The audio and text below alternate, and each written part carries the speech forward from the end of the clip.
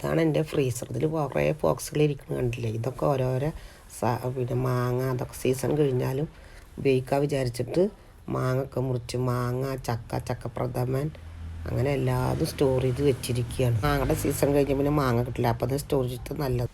ഇത് പഴമാങ്ങ കറി വെക്കാൻ വേണ്ടിയിട്ട് ഞാൻ വേവിച്ചിട്ട് സ്റ്റോർ ചെയ്ത് വെച്ചിരിക്കുക. പിന്നെ കുറച്ച് മാങ്ങ പ്രാവശ്യം കിട്ടും, മറ്റേ വലിയ പാത്രത്തിലാക്കി വെക്കുന്നതാണ്. പ്രാവശ്യം ഞാൻ കറി വെച്ചു, അതിൻ്റെ മാങ്ങാക്കറി വെച്ച് അതിൻ്റെ ബാക്കി കുട്ടികൾ വരുമ്പോഴത്തേനും എടുത്ത് വെച്ചിരിക്കുകയാണ്. നല്ലതാണ് ഇങ്ങനെ എടുത്ത് വെച്ചാൽ നമുക്ക് കാലം കഴിഞ്ഞാലും അങ്ങനെ മാങ്ങാക്കറി വെക്കുമ്പോൾ വെക്കാമല്ലോ.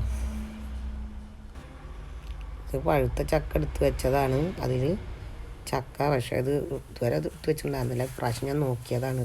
പഴുത്ത ചക്ക കുരു കളയാതെ എടുത്ത് വെച്ചു. മോന് വരുന്നുണ്ട് പറഞ്ഞപ്പോൾ അവന് കൊടുക്കാൻ വേണ്ടിയിട്ട് എടുത്ത് വെച്ചതാണിത്. ഇത് പിന്നെ ചക്ക വരട്ടി വെച്ചതാണ്. നല്ല പഴുത്ത ചക്ക ഉണ്ടായിരുന്നു, അപ്പോൾ അത് വരട്ടി വെച്ചു. പച്ചമാങ്ങ പഞ്ചസാര ഉപ്പിട്ടിട്ട് ആ വെള്ളത്തിലിട്ടിട്ട് പൊടിച്ച് വെച്ചതാണ്. തക്കാളി കുറേ കിട്ടിയപ്പോൾ ഞാൻ വേവിച്ചിട്ട് ഫ്രീസറിൽ കയറ്റി പിന്നെ ആവശ്യത്തിന് എടുത്ത് പപ്പായ നല്ല പഴുത്തത് മിക്സിയിൽ അടിച്ചിട്ട് സ്റ്റോർ ചെയ്ത് വെച്ചിരിക്കുകയാണ്. വേവിച്ച് അടിച്ച് നല്ല ടേസ്റ്റ് ഉണ്ടാകും. മാംഗോ പൾപ്പാണ്.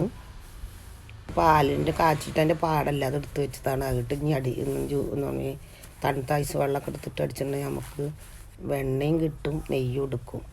അങ്ങനെ ഇത് പിന്നെ പാകത്തിന് പഴുത്ത ചക്ക മിക്സിയിൽ അടിച്ചിട്ട് വരട്ടി വെച്ചിട്ടില്ല, വെറുതെ അടിച്ച് വെച്ചതാണ്.